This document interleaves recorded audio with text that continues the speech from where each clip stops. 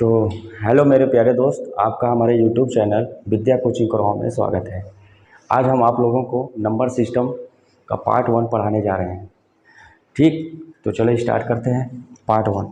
तो ये जानते ही हैं, आज का हमारा टॉपिक रहेगा संख्या पद्धति, और चैप्टर है संख्या पद्धति और इंट्रोडक्शन के बारे में आज इसको पढ़ेंगे। और हमारा ये क्लास 1 है, ऐसे ऐसे करके एक एक क्लास को पढ़ाते चले जाएंगे। करीब 25-30 क्लास में हमारा नंबर सिस्टम ख़त्म होगा। ठीक, तो आज हमारा क्लास 1 है और इसको बिल्कुल बेसिक से हम लोग सीखेंगे। जितना बेसिक हो सकता है उतने बेसिक से हम लोग सीखेंगे। ठीक, इसके लिए चलते हैं नेक्स्ट पर। ठीक, अब आते हैं हमारा संख्या पद्धति। संख्या पद्धति क्या होती है पहले ही जानते हैं। इसको बोलते हैं इंग्लिश में नंबर सिस्टम। नंबर सिस्टम, तो नंबर सिस्टम क्या होता है? नंबर को रिप्रेजेंट करने के लिए, क्या मैंने बोला, संख्याओं को रिप्रेजेंट करने के लिए जितने भी सिस्टम बनाए गए हैं वो सब क्या होते हैं? संख्या पद्धति होती है।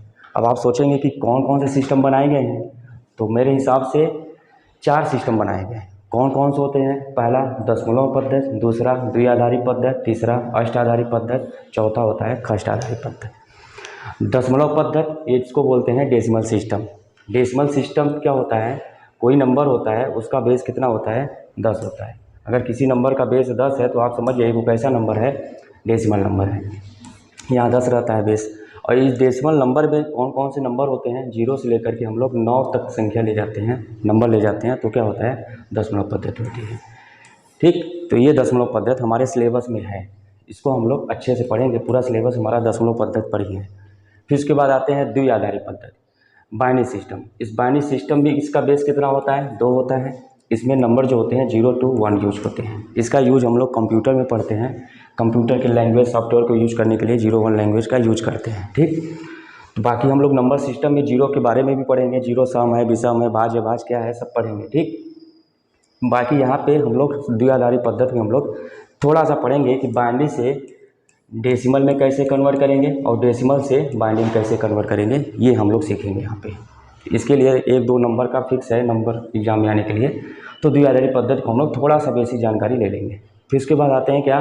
अष्टाधारी पद्धति। अष्टाधारी पद्धति क्या होता है? इसमें भी संख्या होती हैं और उसका बेस कितना होता है? 8 होता है। 8 बेस है तो उससे एक कम नंबर होते हैं, यानी कि 0 से लेकर कहाँ तक आएंगे? नंबर 7 तक आएंगे। फिर उसके बाद आएंगे खष्टाधारी पद्धति। खष्टाधारी पद्धति में भी क्या होता है? बेस कितना होता है? 16 होता है। यहाँ पे नंबर इससे एक कम, यानी कि 15 तक नंबर होते हैं। ठीक है, अब आप सोच रहे होंगे कि सर 10 को कैसे लिखा जाए, 11 को कैसे लिखा जाए, तो मैं बता दे रहा हूँ। 10 को लिखने का तरीका क्या होता है? ए लेटर लिखते हैं, 11 को बी लिखते हैं, 12 को सी लिखते हैं, 13 को डी लिखते हैं, 14 को ई लिखते हैं और 15 को एफ लिखते हैं। ठीक, इस तरह से कोडिंग चलती है इसकी। तो कहने का मतलब ये हुआ कि संख्या पद्धति क्या होती है? संख्याओं को रिप्रेजेंट करने के लिए जितने भी सिस्टम बनाए गए हैं वो सब क्या होते हैं? संख्या पद्धति होती है। संख्या पद्धति को रिप्रेजेंट करने के लिए कितने सिस्टम बनाए गए हैं? इस तरह से 4 सिस्टम बनाए गए हैं। पहला दशमलव पद्धति, जिसको हम लोग अभी बेसिक से लेकर के एडवांस लेवल तक अच्छे से पढ़ेंगे। काफ़ी अच्छा ये है पद्धति, ये पूरे हमारे सिलेबस में यही है सर। ठीक, फिर उसके बाद आता है द्विआधारी पद्धति। द्विआधारी पद्धति को थोड़ा बहुत हम लोग पढ़ेंगे। क्या पढ़ना रहेगा कि बाइनरी से डेसिमल में, डेसिमल से बाइनरी में कैसे कन्वर्ट किया जाता है। बाकी अगर लेवल बढ़ा करके अगर पढ़ा जाए तो अष्टाधारी भी पढ़ सकते हैं, खष्टाधारी भी पढ़ सकते हैं। अष्टाधारी पद्धति में क्या होगा?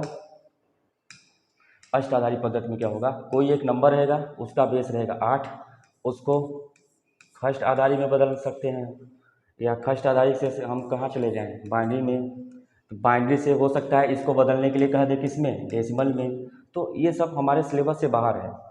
ठीक है, इसको अभी पढ़ने की ज़रूरत नहीं है, इसलिए हमको इस अष्टाधारी की पद्धति के बारे में ज़्यादा पढ़ना नहीं है और न ही इसके बारे में अब चर्चा करेंगे। ऐसे ही खष्टाधारी पद्धति में बोल देगा कि खष्टाधारी पद्धति को डेसिमल बदलिए, खष्टाधारी पद्धति को बाइनरी बदलिए, खष्टाधारी पद्धति को ऑक्टाहेक्साडेसिमल में बदलिए।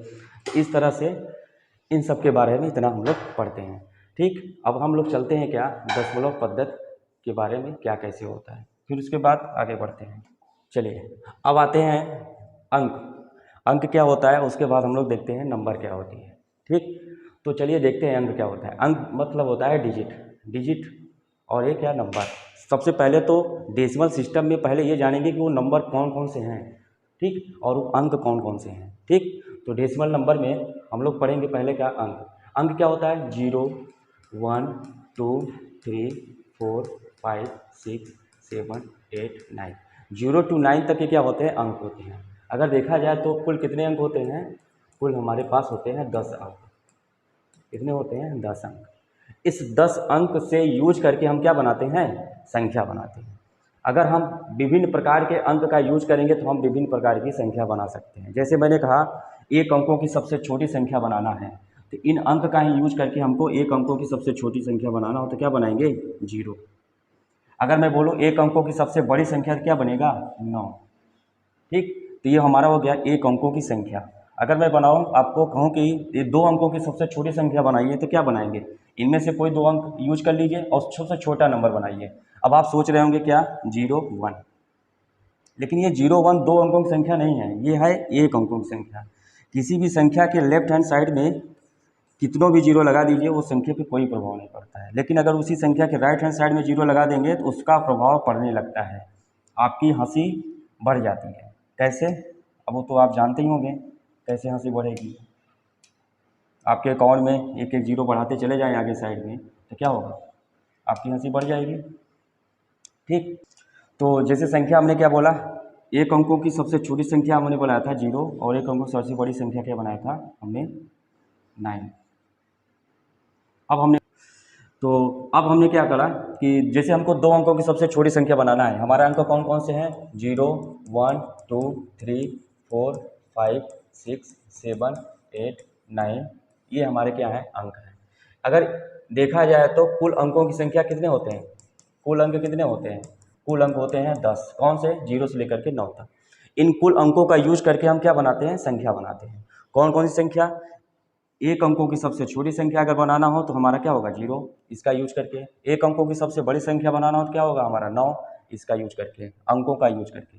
अगर मैं कहूँ कि 2 अंकों की सबसे छोटी संख्या बनाइए तो हमारा रिजल्ट आएगा क्या, कि इनमें से ऐसा कोई 2 अंक ले लूँ जो छोटा नंबर बने।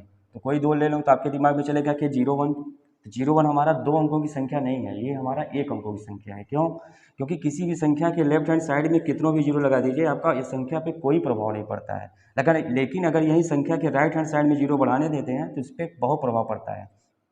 किस चीज़ का प्रभाव पड़ता है, प्रभाव सिर्फ आपकी खुशी का पड़ता है कि आपके अकाउंट में अगर जीरो बढ़ाते चले जाएंगे तो आप बहुत खुश होने दिखने लगते हैं। ठीक है, इसलिए कहने का मतलब ये हुआ कि आप किसी संख्या के राइट साइड में जीरो लगाएंगे तो देखिए राइट और लेफ्ट क्या होता है, ध्यान से देखिए, ये हमारा लेफ्ट होता है, ये हमारा राइट होता है। लेफ्ट राइट में कन्फ्यूजन हो तो देखिए ये हमारा क्या होता है, एल फॉर लेफ्ट होता है और लेफ्ट का राइट उल्टा क्या होता है, राइट।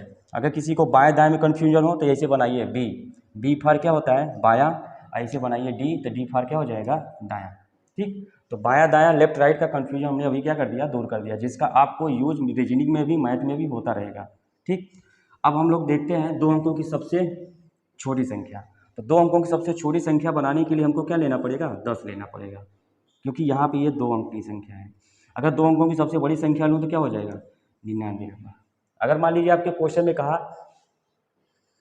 कि विभिन्न प्रकार के 2 अंकों का यूज करके, विभिन्न प्रकार के यानी कि ये दोनों नंबर सेम नहीं होने चाहिए, अलग अलग हो, तो 2 नंबर की सबसे बड़ी संख्या क्या हो सकती है, एक 9 ले सकता हूँ और एक 8 ले सकता हूँ। लेकिन यहाँ पे कोई कंडीशन दिया नहीं है कि हमको कि विभिन्न प्रकार के ही लेना है, इनमें से नंबर यूज करना है और सबसे बड़ी बनाना है, इसलिए हमने 99 बना लिया। ऐसे ही आपका ये पैटर्न चलता रहता है। 3 अंकों की सबसे छोटी संख्या क्या होगी, 100, और 3 अंकों की सबसे बड़ी संख्या क्या होगी, 999। ऐसे ही ये पैटर्न चलता रहता है। 4 अंकों की सबसे छोटी संख्या क्या हो जाएगी, 1000, और 4 अंकों की सबसे बड़ी संख्या क्या हो जाएगी, 9999। ये पैटर्न चलता रहता है। इस तरह से हमने क्या सीखा अभी तक कि पहले अंक क्या होते हैं, अंक क्या होते हैं, 0 से लेकर के 9 तक ये सब क्या होते हैं, अंक होते हैं। अंकों की कुल संख्या कितनी होती है, 10। अंक का यूज करके हम क्या बनाते हैं, नंबर। नंबर क्या होता है, एक अंकों की संख्या नंबर होती है, 2 अंकों की भी नंबर होती है, 3 अंकों का भी नंबर होता है, 4 अंकों का। ये क्या होते हैं, छोटी छोटी संख्या, ये क्या होती है, बड़ी सी बड़ी संख्या। इस तरह से हम लोगों ने क्या अंक और संख्या के बारे में सीखा। चलिए आगे बढ़ते हैं नेक्स्ट टॉपिक पे। तो चलिए आगे बढ़ते हैं। आगे के लिए क्या, स्थानीय मान और जातीय मान। किसी भी संख्या का स्थानीय मान और जातीय मान कैसे निकालेंगे, ये हम लोग देखते हैं। और इस पे क्वेश्चन हम लोग ले आके रखे हैं, क्वेश्चन कराएंगे, उसकी टेंशन नहीं लीजिए, कैसे क्वेश्चन बनते हैं, ठीक है। तो सबसे पहले देखते हैं एग्जाम्पल से। जैसे मैंने बोला 6, 7, 8, 9, कोई मैंने एक संख्या ले लिया और ये क्या है, 4 अंकों की संख्या। ये कैसे बना, अंकों से। अंक से क्या बनते हैं, संख्या। संख्या का क्या निकालेंगे आप, प्लेस वैल्यू, ठीक, स्थानीय मान। यानी कि अगर मैं इसको विस्तार से करूं तो क्या है, 6 इकाई, ये क्या होता है, इकाई, यूनिट प्लेस पे है ये। और ये क्या होता है, दहाई, 10th प्लेस पे है, 10th प्लेस पे है। और ये क्या है, सैकड़ा, 100 प्लेस पे है। और ये क्या है, 1000, 1000 प्लेस पे है, ठीक। इकाई, दहाई, सैकड़ा, हैकड़ा नहीं, इसको बोलते हैं हजार, ठीक है। इस तरह से ये बोलेंगे, ठीक। अब इसको चलते हैं विस्तार करते हैं। अभी विस्तार पढ़ेंगे संख्याओं का कैसे विस्तार किया जाता है। जैसे 1000 पे क्या है, 6 है, इसको हमने इसे बना लिया। 6 के आगे कितने नंबर है, 3 नंबर है, इसलिए के आगे हमने 3 बना लिया, 0। फिर उसके बाद क्या है, 7, तो 7 बनाया। 7 के आगे कितने नंबर है, 2 नंबर है आगे, इसलिए 0, 2 बना दिया। फिर इसके बाद 8 क्या है, दाई पे है, 8 दाई। और 9 इकाई पे है तो 9 इकाई। अगर इसको मैं जोड़ूँ तो डायरेक्ट वही नंबर मिलेगा, 9, 8, 7, 6। तो कहने का मतलब ये है, अगर 6 का स्थानीय मान बोलूँ तो क्या होगा, 6000। 7 का स्थानीय मान 700, 8 का स्थानीय मान 80 और 9 का स्थानीय मान 9। तो कहने का मतलब ये हुआ कि ये किस प्लेस पे है। अगर हम प्लेस पता कर ले रहे हैं तो पता चल जाएगा कि हमारा स्थानीय मान क्या होगा। अगर ये देखो तो 9 किस प्लेस पे है, इकाई प्लेस पे है, तो इसका स्थानीय मान 9 इकाई। 8 किस प्लेस पे है, दहाई पे है, तो 8 दहाई 80 हो जाएगा इसका स्थानीय मान। 7 किस प्लेस पे है, सैकड़ा पे है, तो 700, तो इसका मतलब स्थानीय मान क्या हो जाएगा, 700 हो जाएगा। और ऐसे मैं बोलूँ 6 किस प्लेस पे है, 1000 पे है, इसलिए इसका स्थानीय मान क्या हो जाएगा, स्थानीय मान 6000 हो जाएगा। तो उम्मीद करते हैं कि आप लोग स्थानीय मान सीख गए होंगे, ठीक। तो अब चलते हैं थोड़ा सा जाति मान के लिए। तो जाति मान क्या, इंग्लिश में ही लिखा हुआ है क्या, फेस वैल्यू, ठीक है। तो फेस वैल्यू से ही पता चलता है कि यानी कि इसके जिसका जो फेस होगा वही उसका जाति मान होगा। जैसे इसी नंबर का मैंने ले लिया 6, 7, 8, 9। अगर मैं बोलूँ इसमें 9 का फेस वैल्यू तो क्या होगा, 9 का फेस वैल्यू 9 ही होगा, 8 का फेस वैल्यू 8 ही होगा, 7 का फेस वैल्यू 7 ही होगा और 6 का फेस वैल्यू 6 ही होगा। यानी कि किसी भी संख्या का, ये क्या है, ये संख्या है, और संख्या किससे बने हैं, अंक से। तो हर एक अंक का क्या है, जाति मान निकाला जाए तो जाति मान क्या होता है, सेम होता है। अगर मैं बोलूँ 9 का जाति मान 9, 8 का जाति मान 8, 7 का जाति मान 7, 6 का जाति मान 6। इस तरह से हम लोग स्थानीय मान और जाति मान को पढ़ते हैं, ठीक। तो अब हम लोग थोड़ा सा टॉपिक को आगे बढ़ाते हैं, संख्याओं का विस्तार। अब हम लोग देख लेते हैं कि संख्याओं का विस्तार कैसे किया जाता है, ठीक। तो संख्याओं को विस्तार कैसे करेंगे, इसको देख लेते हैं। संख्याओं का विस्तार, एक्सपेंशन ऑफ नंबर्स। तो संख्याएं होंगी, उसको विस्तार कैसे किया जाएगा, यही इसका मतलब हुआ। तो चलिए हमने कोई संख्या ले लिया, तो क्या ले लेते हैं संख्या, जैसे ABC, 3 अंकों की कोई संख्या ले लिया। अब इसका विस्तार करना है, तो इसका विस्तार करने के लिए क्या होगा, यानी कि C किस प्लेस पे है, यूनिट पे, B किस प्लेस पे है, 10th पे, और A किस प्लेस पे, 100 पे है, ठीक है। यानी कि अगर A किस प्लेस पे है, 100 पे है, तो A इंटू 100 प्लस B किस प्लेस पे है, 10th पे है, तो B इंटू 10, और C किस प्लेस पे है, यूनिट पे है, तो C इंटू 1। इस तरह से इसका विस्तार करते हैं। और थोड़ा और अच्छे तरीके से इसका विस्तार किया जाए तो A इंटू 10 की पावर 2 लिख सकते हैं, और प्लस B इंटू 10 की पावर 1 लिख सकते हैं, प्लस C इंटू 10 की पावर 0 लिख सकते हैं, ठीक। इस तरह से ABC का हमने विस्तार कर लिया। अब आप सोच रहे होंगे कैसे, अगर 4 अंक की 5 अंक की कोई संख्या हो तो कैसे विस्तार करेंगे। कुछ नहीं, ऐसे ही आराम से कर सकते हैं। ABCDE, मान लीजिए ये 5 अंकों की संख्या है, इसका विस्तार करना है तो क्या करेंगे, ए लिखेंगे। ए के आगे कितने नंबर हैं, 4, 4 संख्या है। ए के आगे कितनी संख्या है, 4, 4 डिजिट हैं, 4 अंक हैं। ये 4 अंक, सॉरी, ए के आगे कितने डिजिट हैं, अंक कितने हैं, 1, 2, 3, 4, 4 डिजिट है, तो 10 के पावर कितना लगा देंगे, 4। जैसे यहाँ पे ए के आगे कितने डिजिट थे, 2, तो यानी ए इंटू 10 के पावर क्या लगा दिया, 2। अब बी लिखा तो बी के आगे कितने डिजिट हैं, 1, यानी कि बी इंटू 10 के पावर 1 हो गया। डिजिट मतलब होता है अंक, ठीक। अब ऐसे ही प्लस करेंगे, बी के लिए लिखेंगे, बी इंटू 10 की पावर क्या लिखेंगे, 3। ऐसे ही ये घटता चला जाएगा, सी इंटू 10 की पावर 2 प्लस डी इंटू 10 की पावर 1 प्लस ई इंटू 10 की पावर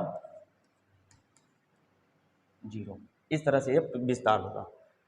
अभी ये तो क्या हो गया कि ये संख्या क्या थी, पूर्णांक संख्या थी। अगर मैं इसमें डेसिमल नंबर ले लूँ, जैसे कि ABC दशमलव DE, इस तरह की संख्याओं का विस्तार कैसे करेंगे? तो कुछ नहीं है, बस एक पैटर्न है, उसको याद कर लीजिए। A इंटू 10 की पावर 4 कितना है, ए के आगे कितने डिजिट है, 2, यानी क्या लगाएंगे हम यहाँ पे A इंटू 10 की पावर 2 प्लस, पहले हम डेसिमल के पहले वाला नंबर यानी इंटीजर यानी पूर्णांक वाली संख्याओं का पहले विस्तार करेंगे, प्लस उसके बाद क्या है B इंटू 10 की पावर क्या हो जाएगा 1। उसके बाद क्या है, B के आगे कितने अंक थे, एक अंक था, इसलिए पावर 1 लगा दिया। फिर उसके बाद प्लस C, अब C तो आगे उसके अंक नहीं है, इसलिए क्या पावर लगा देंगे, 0 लगा देंगे। C इंटू 10 की पावर 0, यानी इकाई अंक पे क्या है C, दहाई, सैकड़ा। इस तरह से हमने इसको विस्तार कर लिया। अब आप सोच रहे हो कि दशमलव के बाद संख्याओं को कैसे विस्तार करें? कुछ नहीं करते हैं, माइनस पावर आगे आगे बढ़ाते चले जाते हैं। जैसे डी आया तो D इंटू 10 की पावर क्या हो जाएगा -1, प्लस उसके बाद क्या है E, तो E इंटू 10 की पावर क्या हो जाएगा -2। ठीक है, यानी कि दशमलव के बाद D का पोजीशन कितनी, दशमलव कितने स्थान पे, एक स्थान पे है तो इसलिए -1, 2 स्थान पे है तो -2, 3 स्थान पे है तो -3। इस तरह से इसका विस्तार करते हैं। तो उम्मीद करते हैं संख्याओं का विस्तार हमने कॉन्सेप्ट सिखा दिया है। तो चलिए इस पर क्वेश्चन कर लेते हैं, कैसे क्वेश्चन बनते हैं। ठीक, तो नेक्स्ट पेज पे हम चलते हैं, इसका क्वेश्चन कैसे करते हैं। चलिए, अभी तक हम लोगों ने स्थानीय मान, जाति मान और संख्याओं का विस्तार, संख्या और अंक सीख लिया। तो चलिए उस पर क्वेश्चन कर लेते हैं। जैसे हमारा क्वेश्चन नंबर पहला क्या है, क्वेश्चन नंबर पहला, टेंशन न लीजिए, कॉन्सेप्ट पढ़ाने के बाद हम क्वेश्चन भी कराते चले जाएंगे, आपका कॉन्सेप्ट भी क्लियर हो जाएगा और उससे रिलेटेड क्वेश्चन भी आपका क्लियर हो जाएगा, जो एग्जाम में आने को चांसेस हैं। ठीक, जैसे संख्या है 698735 में 8 के जाति मान व 7 के स्थानीय मान में अंतर ज्ञात कीजिए। अब जैसे ये क्वेश्चन आ गया आपके एग्जाम में, तो आप स्थानीय मान, जाति मान पढ़े रहेंगे तभी तो कर पाएंगे। तो हमारा संख्या क्या है 698735, ये हमारा संख्या है। अब इसमें क्या रहा है कि 8 का जाति मान, तो बताइए 8 का जाति मान क्या होता है? जाति मान मतलब फेस वैल्यू, यानी कि 8 का जाति मान क्या होगा, 8 ही होगा। 7 का स्थानीय मान, तो 7 यहाँ पे है, तो 7 का स्थानीय मान कितना हो जाएगा, यानी कि 7 के आगे कितने नंबर की संख्या है, 2 अंक हैं, इसका मतलब क्या हो जाएंगे 700। इसका मतलब ये हुआ 7 के स्थानीय मान कितना आया 700, 8 का जाति मान कितना आया 8, और इसका क्या निकालना है अंतर, यानी कि 700 में से कितना घटा दें, 8 घटा दें, आंसर क्या आ जाएगा आपका, घटा दीजिए 692, कितना आ जाएगा 692, यही आपका क्या हो जाएगा आंसर। 700 में 8 घटा दीजिए 692। क्लियर हुआ? तो उम्मीद करता हूँ ये क्वेश्चन आपको समझ में आ गया होगा। अब चलते हैं नेक्स्ट क्वेश्चन पे। तो नेक्स्ट क्वेश्चन हमारा क्या है, ये है।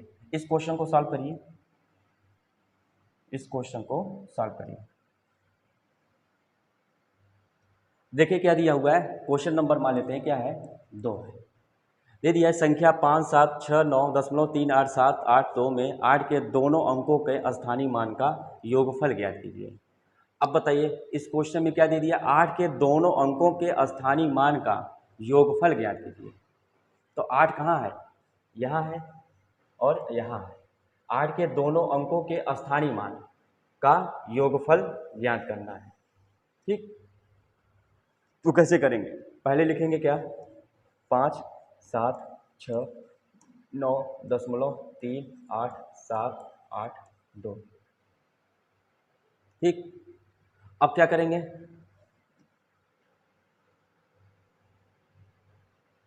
क्वेश्चन गलत लिख दिया क्या यार,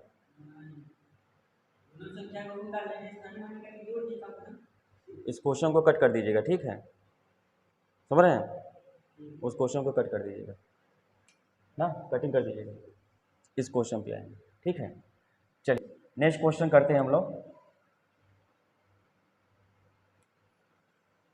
ये क्वेश्चन, अब ये क्वेश्चन आपका आ गया, ठीक है। ये क्वेश्चन नंबर क्या है हमारा 2, क्वेश्चन नंबर 2, इसको सॉल्व करते हैं। बताइए क्या करेंगे इसको। तो देखिए क्या दिया है संख्या हमारे पास 5 8 3 के 6 9, ये दिया है। अब कह रहा है इसमें के का स्थानीय मान तथा जाति मान का अंतर ज्ञात कीजिए। अब के का स्थानीय मान निकालना है और जाति मान निकालना है। अब हम लोग सीख गए हैं कि स्थानीय मान और जाति मान होता क्या है, लेकिन यहाँ के कोई नंबर पता ही नहीं चल पा रहा है के क्या है ना, लेकिन आगे पढ़ेंगे, जैसे ही आप आगे पढ़ेंगे तो के एक सम अभाज्य संख्या है, ये दिया हुआ है। के बारे में क्या बोल दिया कि ये सम अभाज्य संख्या है। तो दुनिया में इकलौता ही एक ऐसा नंबर है जो सम अभाज्य संख्या है और जिसको क्या बोलते हैं 2। तो के का मान क्या मिल गया हमको 2 मिल गया। अभी हम लोग आगे पढ़ेंगे अभाज्य संख्याएं सब पढ़ेंगे, परिमेय अपरिमेय जितने हैं सब कॉन्सेप्ट पढ़ेंगे। ठीक, अभी हम लोग बेसिक से सीख रहे हैं, एक एक टॉपिक्स पढ़ते चले जाएंगे। ठीक, तो इसके लिए आपको वेट करना होगा, हमारा वीडियो देखना होगा और धीरे धीरे आप लोग हमारे चैनल को सब्सक्राइब कर दीजिएगा और शेयर भी कर दीजिएगा। ठीक है, तो के का मान क्या मिल गया हमको 2 मिल गया। तो बताइए अब के का मान 2 मिल गया तो के का मान क्या लिख देंगे यहाँ पे 2, और 2 का स्थानीय मान यहाँ पे देखा जाए तो क्या बन जाएगा बताइए बताइए बताइए क्या होगा।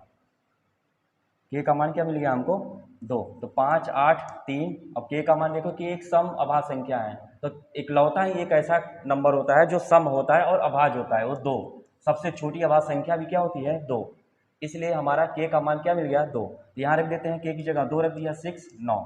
अब क्या कर रहा है के का स्थानीय मान, तो के का स्थानीय मान निकालना, तो के का मान क्या है 2, यानी 2 का स्थानीय मान कितना जाएगा 200, और 2 का क्या है जाति मान, तो 2 का जाति मान क्या होता है 2 ही होता है, और उनके बीच में क्या निकालना है अंतर, इसमें घटा देंगे तो कितना आ जाएगा 198। यही आपका क्या हो जाएगा आंसर। समझ में आया? तो मैं उम्मीद करता हूँ कि क्वेश्चन आपको समझ में आ गया होगा। आगे बढ़ते हैं। अब जैसे हमारा ये क्वेश्चन है, ठीक है, ये क्वेश्चन मैंने अभी कंप्लीट नहीं था, हमने कंप्लीट कर दिया। ठीक, तो हमारा क्वेश्चन क्या है, संख्या दिया हुआ है, इसका हमने क्या कर दिया विस्तार कर दिया। इस तरह के क्वेश्चन आपको दिखेंगे, आपको इस तरह के क्वेश्चन एनटीपीसी में भी एसएससी में भी हर जगह आपको क्वेश्चन मिलेंगे। ठीक है, और प्रीवियस ईयर में इस टाइप के क्वेश्चन बहुत से बने हुए हैं। हालांकि अभी मैंने तो अपने से एग्जांपल ले लिया है, बाकी आपको प्रैक्टिस कराऊंगा अभी, तो उसको प्रीवियस ईयर क्वेश्चन लिया करके आपको कराऊंगा। तो सबसे पहले तो कॉन्सेप्ट सीख लीजिए कैसे करते हैं। इस टाइप का क्वेश्चन अगर आ गया तो कैसे करते हैं। अभी तक हमने आप लोगों को संख्याओं का विस्तार सिखाया था। संख्याओं का विस्तार जब मैंने सिखाया था आप लोगों को, तो क्या बताया था, संख्याएं जैसे ये क्या 9, 9 के आगे कितने अंक हैं 2, 9 के आगे 2 अंक है, यानी कि 9 गुणे 10 घाते क्या हो जाएगा 2, 9 गुणे 10 घाते 2। फिर ये क्या है 8, 8 के आगे कितने अंक हैं, दशमलव के पहले पूरा नंबर पहले चेक करते हैं। ठीक है, क्योंकि ये दशमलव के बाद वाला नंबर माइनस में लिखा हुआ है और ये दशमलव के पहले वाला नंबर लिखे हुए हैं। ठीक, अंक लिखे हुए हैं।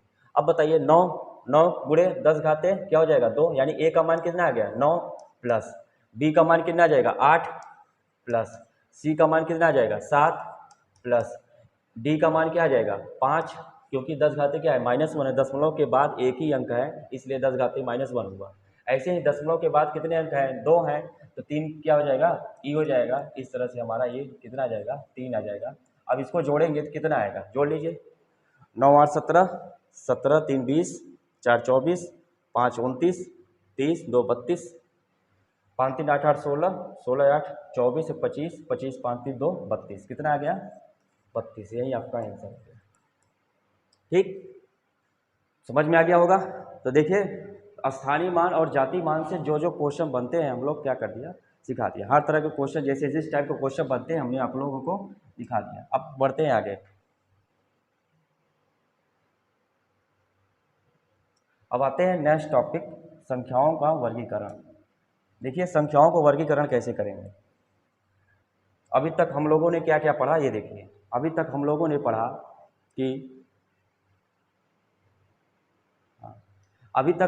पढ़ा कि संख्या पद्धति होती क्या है। तो क्या उसके बारे में बताया, संख्याओं को रिप्रेजेंट करने के लिए जितने भी सिस्टम बनाए गए हैं वो सब क्या होते हैं संख्या पद्धति। पहला क्या, कितने सिस्टम बनाए गए हैं 4 सिस्टम। पहला दशमलव पद्धति, दूसरा द्विआधारी पद्धति, तीसरा अष्टाधारी, चौथा खष्टाधारी। दशमलव पद्धति में हमने क्या बताया था, नंबर कितने होने चाहिए 0 से लेकर के 9 तक, बेस कितना होना चाहिए 10। द्विआधारी में क्या बताया था 0 से लेकर के 1 तक नंबर होने चाहिए, बेस कितना होना चाहिए 2। अष्टाधारी में 0 से 7 तक नंबर होते हैं और उसका बेस होता है कितना 8। खष्टाधारी में 0 से 15 तक होता है नंबर और बेस कितना होता है उसका 16। फिर उसके बाद हम लोगों ने कहा कि हमारे सिलेबस में क्या है दशमलव पद्धति है, तो दशमलव पद्धति को हम लोगों ने पढ़ा। बाइनरी सिस्टम को अभी थोड़ा वेट करिए, हम binary to decimal, decimal to binary कैसे कन्वर्ट करते हैं हम लोग सीख लेंगे। ठीक है, किसी एक वीडियो में डाल देंगे। तो पहले हम उसके बाद हम लोगों ने क्या सीखा, संख्या और अंक। अंक क्या होते हैं और संख्या क्या होती है। अंक हमने बताया था 0 से 9 तक क्या होते हैं अंक होते हैं।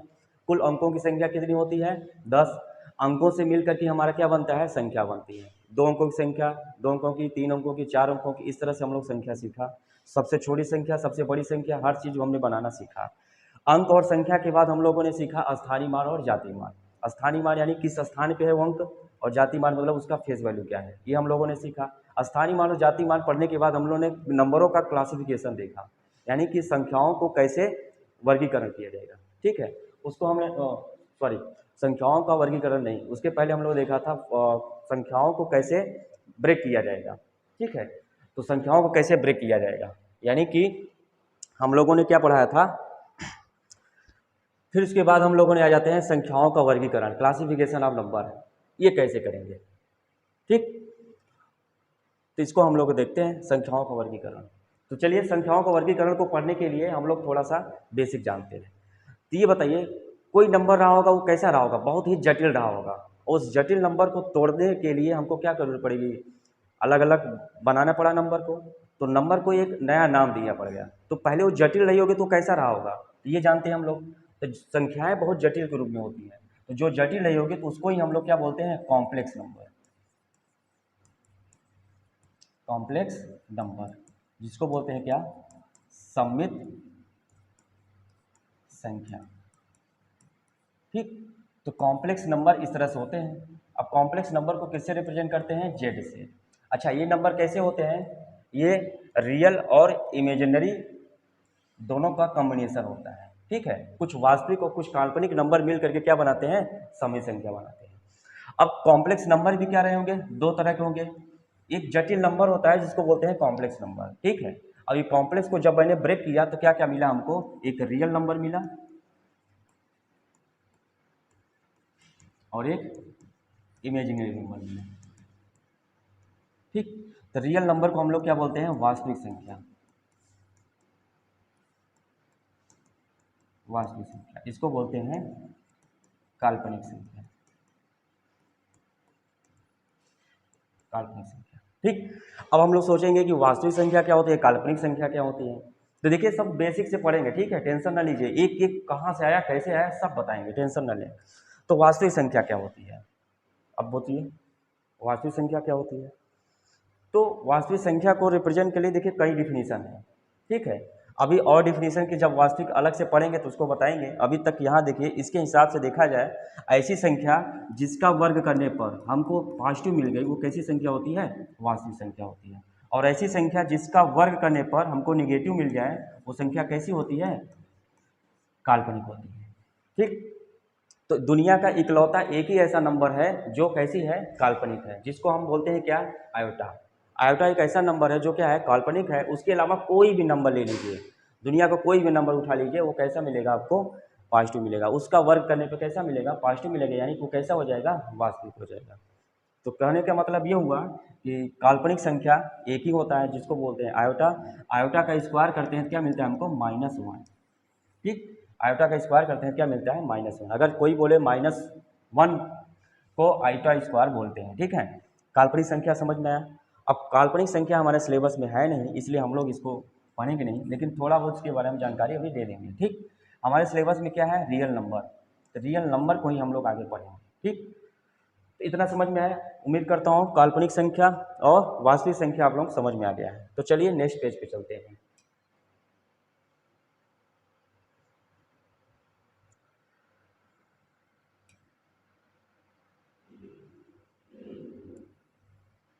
अब जैसे आ गया हमारा क्या है, काल्पनिक संख्या। थोड़ा सा काल्पनिक संख्या के बारे में हम लोग जानकारी ले लेते हैं। छोटे छोटे क्वेश्चन अगर एग्जाम में बन गए तो कुछ नहीं है, बस 2 मिनट का समय दे दीजिए। काल्पनिक संख्या मैं खत्म कर दूंगा, उसके बाद रियल नंबर पढ़ेंगे आराम से। ठीक, तो सबसे पहले हम देखते हैं काल्पनिक संख्या। काल्पनिक संख्या को क्या बोलते हैं, इमेजिनरी नंबर। ऐसा नंबर जिसका स्क्वायर करने पर हमको क्या मिले, निगेटिव मिले, वो क्या होता है, काल्पनिक संख्या होती है।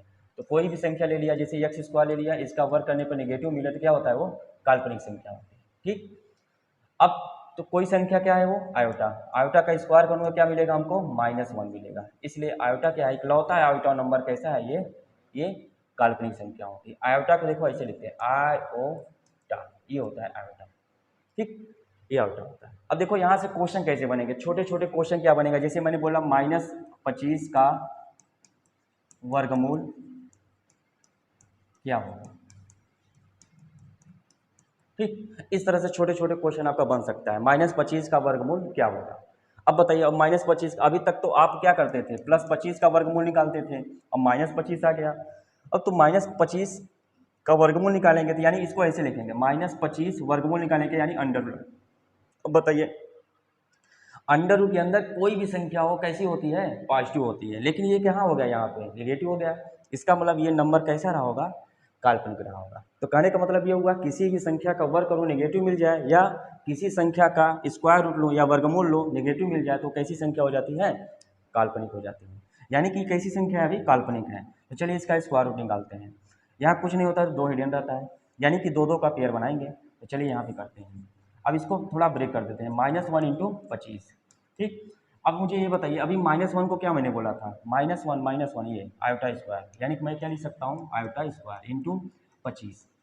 अब बताइए, अभी वर्गमूल हम लोग पढ़ेंगे। ठीक, 1 से 1000 तक की संख्याओं का वर्ग निकालना ये भी हम लोग सीखेंगे। इसका वर्गमूल कैसे निकालते हैं स्मार्ट तरीके से, कैसे कम सेकेंड में, कम से कम 5-6 सेकेंड में मैं स्क्वायर निकालना सिखा दूंगा, उसका वर्गमूल भी निकालना सिखा दूंगा। बस वेट करिए, मैं सब कुछ सिखा दूंगा आप लोगों को।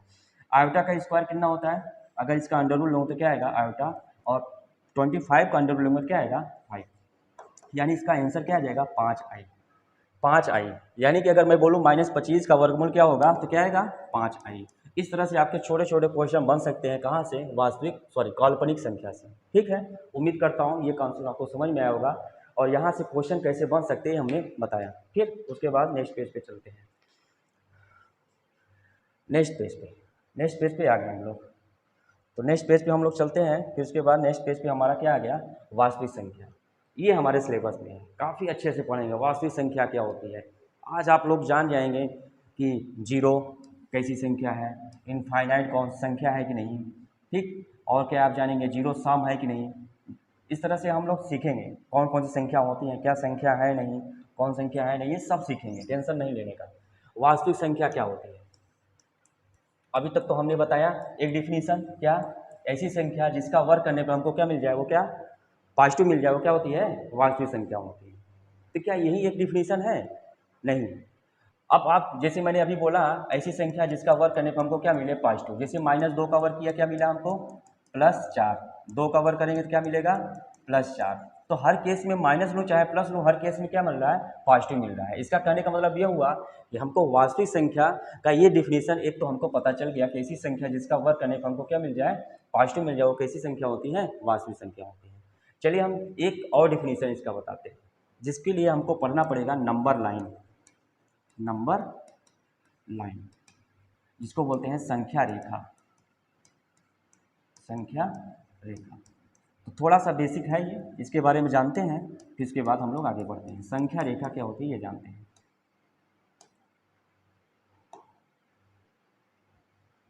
अब ध्यान से देखिए संख्या रेखा क्या होती है। पहले एक हम रेखा बनाएंगे, रेखा बना लिया, रेखा के जस्ट बीचों बीच में क्या होता है, जीरो होता है। जीरो बीचों बीच में क्या होता है, जीरो होता है। अब जीरो के लेफ्ट हैंड साइड, लेफ्ट हमने बताया था ऐसे करेंगे आपका लेफ्ट बनेगा। अब लेफ्ट का राइट क्या होता है, लेफ्ट का उल्टा क्या होता है, राइट होता है। और ऐसे बनाएंगे तो क्या बनेगा, बी, और इसका उल्टा क्या होता है, डी। तो बी फॉर बायां, डी फॉर दायां। अगर मैं जीरो के बाएं साइड में जाएंगे तो हमको कैसी संख्या मिलेगी, नेगेटिव। अभी कौन कौन सी मिलेगी इसको देखने की जरूरत नहीं है, इसके आगे पढ़ेंगे, परिमेय, अपरिमेय, सम, विषम सब पढ़ेंगे, पूर्णांक संख्या तो बताएंगे। तो हमने देखा क्या, जीरोस के लेफ्ट हैंड साइड में गए तो हमको कैसी संख्या मिली, नेगेटिव। और ये नेगेटिव कहाँ तक चले जाएंगे, माइनस इनफाइनाइट तक। ठीक, अब ऐसे ही जीरो के आगे हम लोग बढ़ेंगे, कैसी संख्या मिलेगी हमको, पॉजिटिव।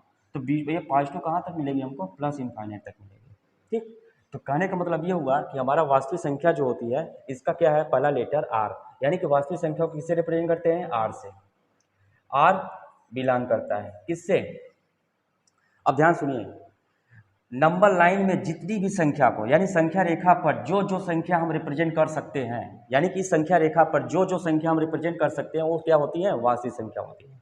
तो कहने का मतलब ये है कि माइनस अनंत और प्लस अनंत के बीच में, माइनस अनंत और प्लस अनंत के बीच में जितनी भी संख्या आएंगी वो कैसी संख्या होंगी, वास्तविक संख्या आएंगी। अब आप सोच रहे होंगे सर माइनस इनफाइनाइट संख्या है कि नहीं, प्लस इनफाइनाइट संख्या है कि नहीं, तो मैं कहूँगा कि माइनस इनफाइनाइट और प्लस इनफाइनाइट कोई संख्या नहीं होती है। कैसे, इसको प्रूव करके हम लोग देखेंगे जब परिमेय अपरिमेय पढ़ेंगे तब। ठीक, अब जैसे मैंने बोला 1/0, ठीक। अब हमने बोला 0/1, 1/0 का मान क्या होगा ये देख लेते हैं, और 1/0 का मान होगा क्या। यानी कि हमने क्या किया, इसके लिए 0 में 1 से भाग दिया, एक का टेबल 0 बार पढ़ा तो 0 1 जा 0, यानी कि इसका मान कितना आ गया 0।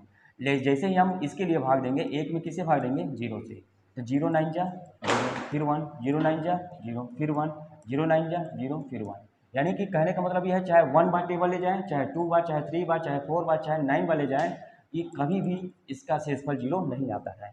यानी कि 1/0 का मान क्या क्या हो सकता है, 1 1 1 1 1 1 dash dash infinite, 2 2 2 2 2 2 dash dash infinite, 3 3 3 3 dash dash infinite, इस तरह से एंड सो ऑन चलता रहता है।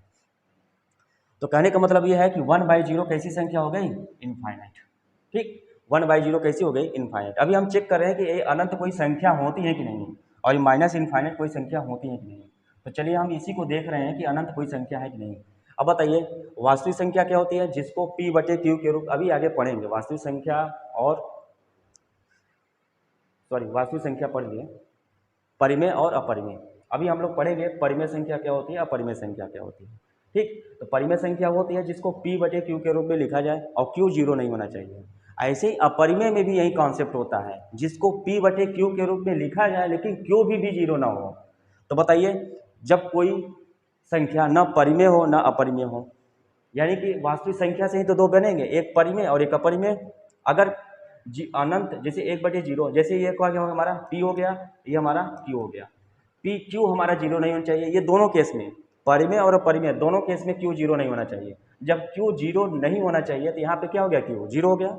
इसका मतलब 1/0 हमारा न तो परिमेय हुआ न तो अपरिमेय हुआ, तो हुआ क्या, अनंत। इसका मतलब ये हुआ कि जब वास्तविक संख्या के अंदर कुछ आ ही नहीं रहा है, तो यानी कि नंबर लाइन पे कोई ऐसी है जो इसको हम रिप्रेजेंट कर सके। इसका मतलब ये हुआ कि अनंत क्या हो गए, संख्या नहीं है। अगर अनंत संख्या होता तो हम क्या करते, यहाँ पे इस पे इस तरह से ब्रैकेट ऐसे दिखा रहे थे, क्योंकि यानी कि ये बड़ा ब्रैकेट ये दिखा रहा है कि अनफाइनाइट को भी लेके चल रहे हैं, और ये भी इसको भी क्या करते हैं हम लोग ऐसे इस तरह से दिखाते हैं, लेकिन ये क्या है, ये गलत है। ठीक है, यानी कि बड़ा ब्रैकेट दिखा रहा है कि यानी इनको लेकर के इनके बीच का, और छोटा ब्रैकेट दिखा रहा है इनको छोड़ करके इनके बीच का। तो छोटा ब्रैकेट क्या हो जाएगा, माइनस इनफाइनाइट से प्लस इनफाइनाइट। ये छोटा ब्रैकेट ये बता रहा है कि माइनस इनफाइनाइट प्लस इनफाइनाइट के बीच की नंबर जितनी भी हैं सब कैसी होती हैं, वास्तविक संख्या होती हैं। तो जहाँ तक मैंने बताया यहाँ तक आप लोगों को तो क्लियर हो गया होगा कि वास्तविक संख्या क्या होती है।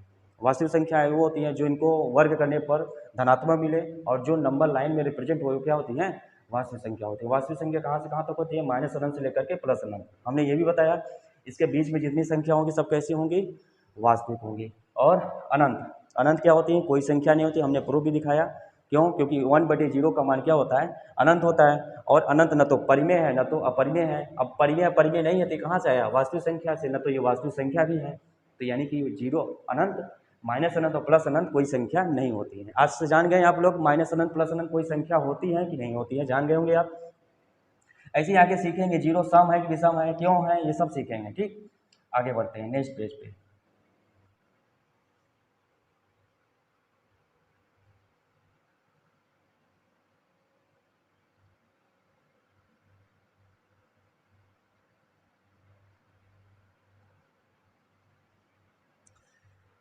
आगे हम लोग बढ़ते हैं, आ गए क्या, वास्तविक संख्या। हम लोगों ने क्या पढ़ा, काल्पनिक और वास्तविक संख्या पढ़ा, उसके बारे में थोड़ा थोड़ा सा बेसिक जानकारी हम लोगों ने ले लिया था।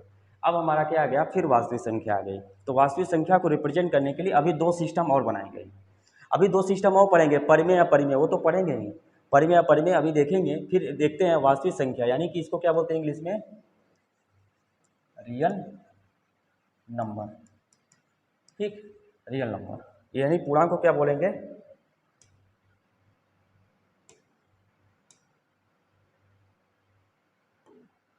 इसको बोलते हैं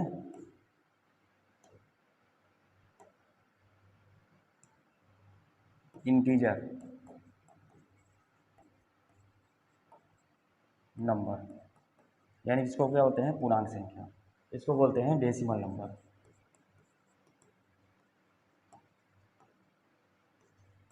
डेसिमल नंबर। अभी हम लोग दशमलव पद्धति पढ़े थे, वो दशमलव पद्धति था। यहाँ पे अब क्या पढ़ेंगे हम लोग, दशमलव संख्या पढ़ेंगे। ठीक, अब आप लोग सोच रहे होंगे कि सर दशमलव जो पद्धति है, दशमलव डेसिमल सिस्टम था, उसमें बेस बेस 10 क्यों नहीं दिखाते थे?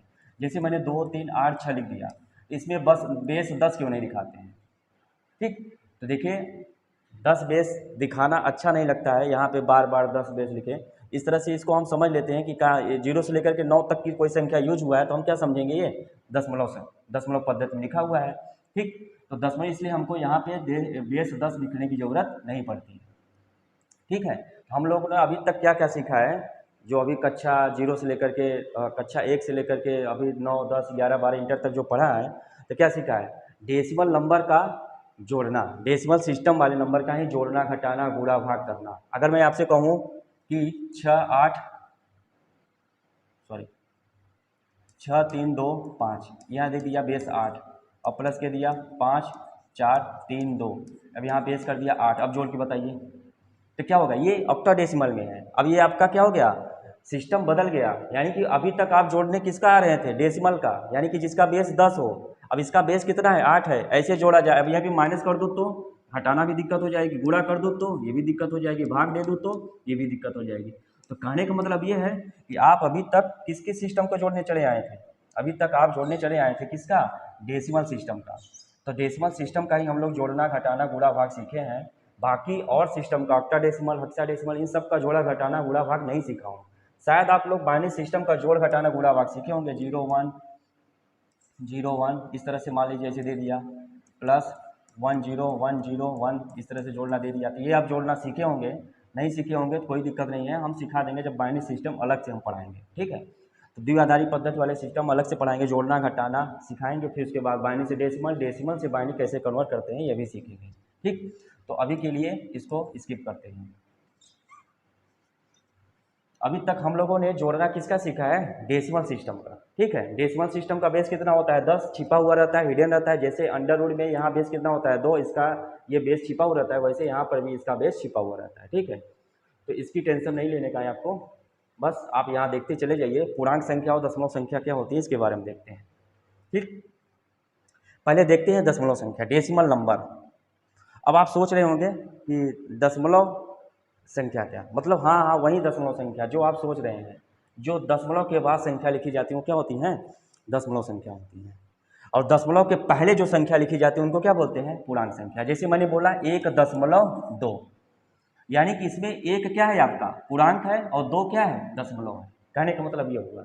यानी कि देखिए कितने बेसिक आराम से पढ़ते चले जा रहे हैं। फिर उसके बाद हम लोगों ने देखा इस तरह की संख्याओं को कैसे ब्रेक किया जाता है, और ये संख्या कैसी होती है? वास्तविक होती है। ये भी बताऊंगा ये वास्तविक क्यों होती हैं, सब संख्याएं कैसी होती हैं ये भी बताऊंगा। पाई क्यों अपरिमेय संख्या है, पाई का मान कहाँ तक जा सकता है, पाई का मान अगर कोई पता कर लेगा तो मेमोरी किंग कैसे बन सकता है, ये भी मैं बताऊंगा। पाई का मान आप याद कर लेंगे ना, अगर 40 तक याद कर लिए तो आप मेमोरी किंग बन जाएंगे।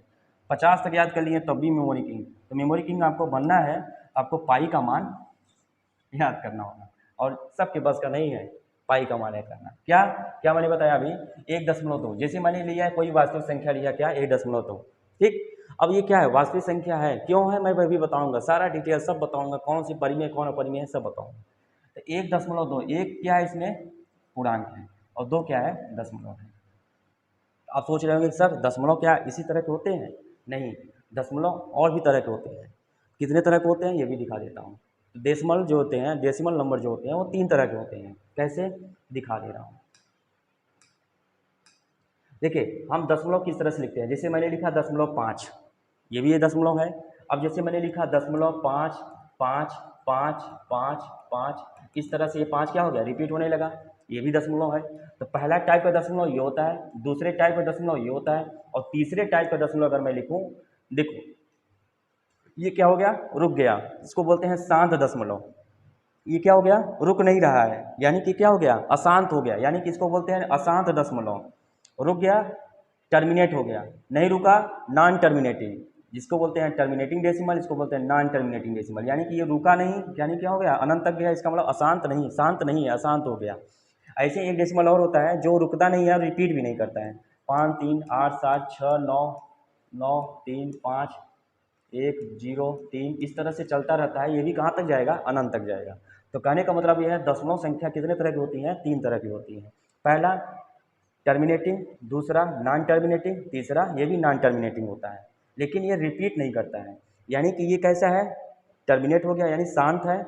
ये कैसा है, शांत नहीं है, अनंत तक चला गया, अशांत है लेकिन रिपीट हो रहा है, इसको बोलते हैं रिपीटिंग। ये भी क्या है, अशांत है क्योंकि शांत नहीं हो रहा है, अनंत तक गया, अशांत हो गया, लेकिन ये रिपीट नहीं हो रहा है, इसलिए बोलते हैं इसको क्या, नॉन रिपीटिंग। समझ में आया? तो कहने का मतलब ये है कि दशमलव कितने तरह के होते हैं, 3 तरह के होते हैं। ये हम लोग दशमलव देख लिए। अब आते हैं हम लोग क्या, पूर्णांक। तो पूर्णांक के बारे में हम लोग थोड़ा सा जानकारी ले लेते हैं, फिर उसके बाद हम लोग आगे पढ़ेंगे अलग से पूर्णांक संख्या क्या होती है। ठीक, तो इसको इंग्लिश में बोलते हैं क्या, इंटीजर नंबर। ठीक, पूर्णांक संख्या क्या होती है, पूर्णांक संख्या भी एक तरह की क्या होती है, परिमेय संख्या होती है। पूर्णांक संख्या क्या होती है, एक तरह की परिमेय संख्या होती है। अगर मैं बोलूं सभी परिमेय संख्या पूर्णांक संख्या होंगी, नहीं, लेकिन सभी पूर्णांक संख्या क्या होंगी, परिमेय संख्या होंगी। लेकिन ये डाउट हो गया, अभी कैसे क्लियर होगा, इसको क्लियर करने के लिए हम लोग परिमेय अपरिमेय पढ़ेंगे। ठीक है, तो परिमेय अपरिमेय जब पढ़ लेंगे तब हमको क्लियर होगा कि पूर्णांक संख्या क्या होती है। लेकिन अभी भी थोड़ा बहुत हम आपको जानकारी दे देते हैं कि पूर्णांक संख्या कितनी तरह की होती है। तो पूर्णांक संख्या की अगर एग्जैक्ट डिफिनेशन दिया जाए, पूर्णांक संख्या एक तरह की क्या होती है, परिमेय होती है, परिमेय संख्या होती है। ठीक, लेकिन ऐसी परिमेय संख्या होती है जिसका क्यू हमेशा क्या होता है, 1 होता है। और परिमेय क्या होता है, जिसको p बटे क्यू के रूप में लिखा जाए। अगर क्यू हमारा अगर 1 हो गया, ये हमारा क्यू अगर ये 1 हो गया, यानी कि हमारा क्या बन जाएगा, अंश। जिसका अंश हो और हर क्या हो, 1 हो, यानी वो संख्या कैसी हो जाएगी, पूर्णांक संख्या। तो पूर्णांक संख्या क्या होती हैं, जैसे हो गया 2, 3, 5, 7, -2, -3, इस तरह से निरात्मक धनात्मक भी, जीरो भी क्या होता है, पूर्णांक संख्या होता है। तो पूर्णांक संख्या 3 तरह की होती है, पहला शून्य, दूसरा पॉजिटिव, तीसरा निगेटिव। ठीक, तो पूर्णांक संख्या कितनी तरह की होती है, 3 तरह की होती है। पहला क्या होता है, धनात्मक पूर्णांक संख्या, दूसरा क्या होता है, शून्य पूर्णांक संख्या जिसको बोलते हैं neutral integer number, positive integer number, negative integer number, इसको बोलते हैं शून्य उदासीन पूर्णांक संख्या। जीरो न तो पॉजिटिव होता है न तो नेगेटिव होता है। ठीक है, जीरो ऐसी पूर्णांक संख्या होती है जो न तो पॉजिटिव होती है न तो नेगेटिव होती है। ठीक, फिर उसके बाद नेगेटिव पूर्णांक संख्या। इस तरह से हम लोग पूर्णांक संख्या के बारे में पढ़ेंगे, अभी डिटेल में इसको पढ़ेंगे। पहले इसके बाद इतना हम लोगों ने क्या किया, समझ लिया। थोड़ा सा नेक्स्ट पेज पे आते हैं, 1-2 टॉपिक और बचे हैं, खत्म करते हैं। ठीक,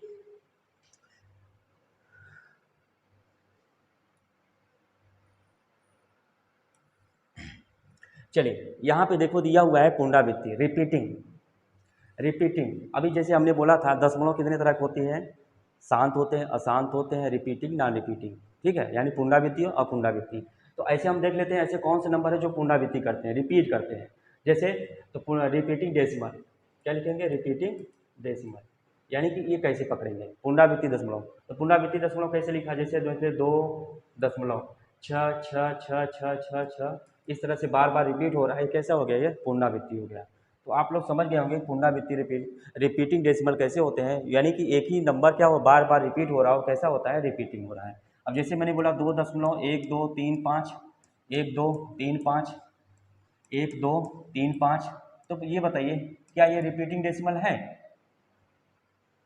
जी हाँ, रिपीटिंग डेसिमल है, क्योंकि 1 2 3 5, 1 2 3 5, 1 2 3 5 ये क्या हो रहा है, रिपीट हो रहा है, इसलिए क्या है, रिपीटिंग डेसिमल है। अब आते हैं क्या, non repeating decimal. Non repeating decimal क्या होता है, इसके बारे में देख लेते हैं। ऐसा डेसिमल जो रिपीट ना हो, दशमलव के बाद ऐसा कोई नंबर लिखा जाए रिपीट ना हो और कहाँ तक जाए, अनंत तक जाए। जैसे मैंने बोला 2.36987544321 इस तरह से क्या है, ये नॉन रिपीटिंग डेसिमल होता है, इसलिए इसको क्या बोलते हैं, अपुनरावृत्त, यानी इसमें कोई नंबर ऐसा है जो रिपीट नहीं हो रहा है, इसलिए कैसा है, ये नॉन रिपीटिंग है। समझ में आया? इस तरह से हम लोग और आगे बढ़ते हैं नेक्स्ट पेज पे।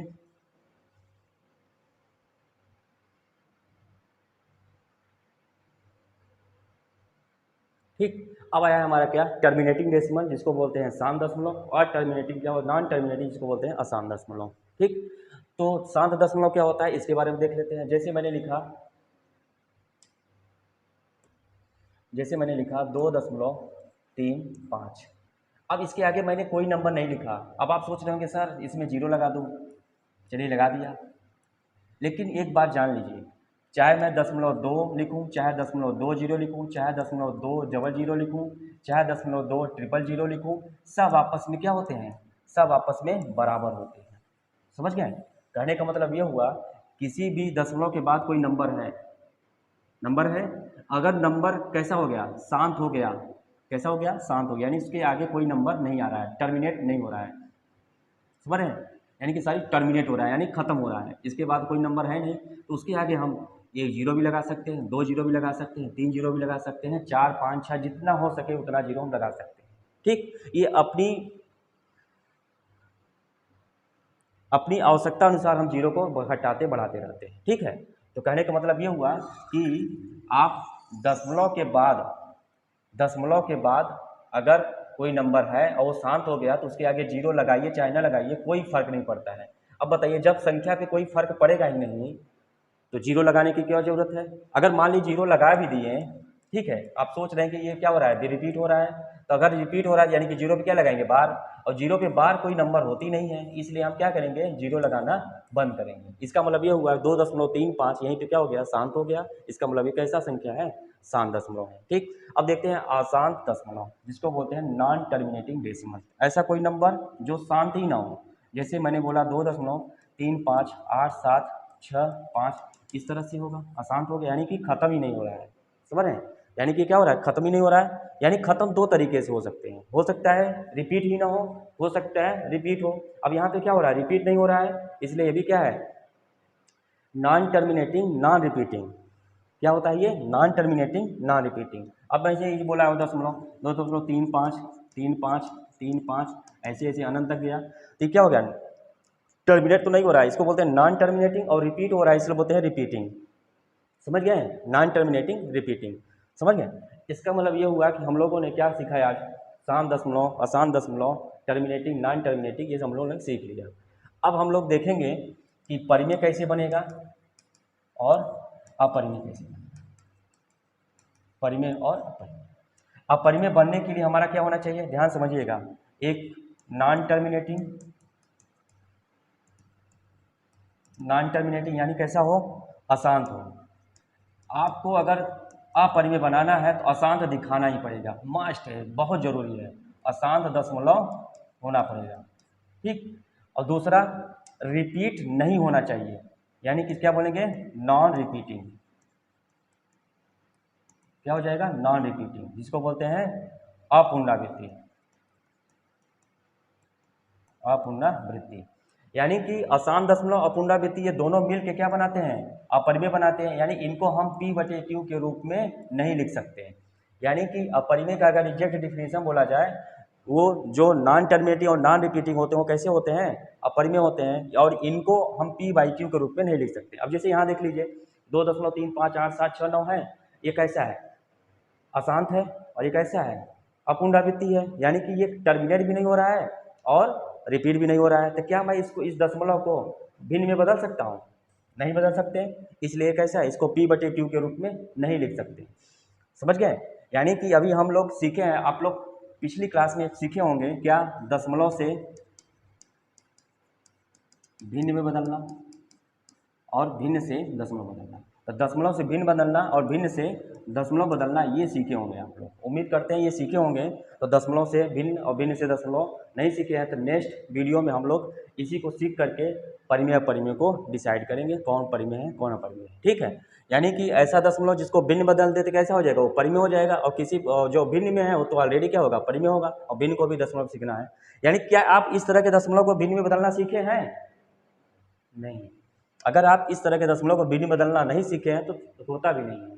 इस तरह के दशमलव को भिन्न में आप बदल नहीं सकते, लेकिन हाँ इस तरह की दशमलव को आप भिन्न में बदल सकते हैं। इसको देखिए 2.35 के क्या हो जाएगा, बार हो जाएगा। जब कोई संख्या बार बार रिपीट होती है तो उसको अच्छा नहीं लगता वही चीज़ बार बार लिखे, इसलिए उसको रोकने के लिए क्या लगाते हैं, बार। ये बार अपनी सुविधानुसार कम अक्षरों में लिखने के लिए कम ज़्यादा न लिखें, इससे पे क्या लगा देते हैं, बार। तो बार वाली जितनी संख्या होती है सब कैसी होती हैं, परिमेय संख्या होती हैं। तो हम लोग ये भी सीखेंगे अगले वीडियो में कि बार वाली संख्याओं को भिन्न में कैसे बदलते हैं। अगर वो भिन्न में हो गई तो इसका मतलब वो कैसी हो गई, परिमेय हो गई। ठीक है, और भिन्न वाली संख्याओं को बार में कैसे बदलेंगे, सब हम लोग सीखेंगे। यानी कि कहने का मतलब ये होगा कि आप परिमेय समझ गए होंगे कि जिसको ऐसा दशमलव जिसको हम लोग किस में बदल लें, P/Q के रूप में लिख दे, वो कैसी हो जाएंगी, परिमेय हो जाएंगी। तो हमने क्या सीखा अपरिमेय, जिसको P/Q के रूप में नहीं लिखा जा सकता वो क्या होते हैं, अपरिमेय। यानी कि आसान दशमलव और अपुनरावृत्तीय दशमलव को हम P/Q के रूप में नहीं लिख सकते हैं, कैसी कैसी हो जाएंगी, अपरिमेय हो जाएंगी। लेकिन अगर हम लोग रिपीटिंग और अशांत को यानी पुनरावृत्ति और अशांत को लिया जाए तो भी क्या हो जाएगी, परिमेय में बदल सकता है। कहने का मतलब हुआ कि रिपीटिंग और अशांत भी मिलकर क्या बनाते हैं, परिमेय। अगर हम लोग अशांत दशमलव को, जैसे ये क्या है अशांत दशमलव, और यहाँ क्या है रिपीट भी नहीं हो रहा है यानी कि नॉन रिपीटिंग, अशांत और नॉन रिपीटिंग यानी इस शांत और नॉन रिपीटिंग, यानी इसको भी लेकर के हम लोग क्या बना सकते हैं, परिमेय बना सकते हैं। ये ऐसी दशमलव संख्या है जिसको हम भिन्न में बदल सकते हैं, ये ऐसी संख्या है जिसको हम भिन्न में बदल सकते हैं।